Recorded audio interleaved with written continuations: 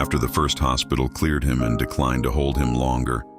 Daniel expected to be heading home. Instead, the white male federal agent who had accompanied him remained tense and insistent, making phone calls and pacing the hallway. Before Daniel fully understood what was happening, he was on his way to the Veterans Affairs Hospital in Brockton, admitted not by doctors, but by the agent himself. The paperwork the agent submitted described Daniel as someone who might be planning something terrible. So terrible that, according to the vague wording, it could not be described in any recorded medium.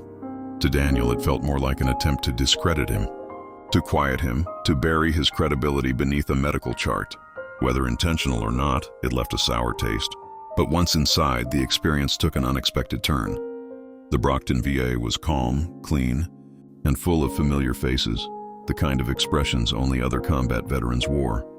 Within hours, Daniel found himself swapping deployment stories, laughing at dark jokes only soldiers understood, and rediscovering the strange relief of being among people who didn't need anything explained. The meals were hearty, the coffee strong, and the doctors, professional, confident, and in a few cases, distractingly attractive, treated him like a person rather than a problem. No one accused him of anything. No one suggested he was dangerous. They asked questions, listened to his answers, and reviewed the same evaluations and tests that had cleared him before. Days passed, and nothing alarming or unstable emerged, because there was nothing there to find. Eventually, the staff informed him that he was free to go. No restrictions, no conditions, no warnings. Just a discharge packet, a handshake, and a sense that the truth had quietly won out. Before leaving, Daniel requested copies of his medical records, evidence that he had been evaluated, observed and released with no clinical findings.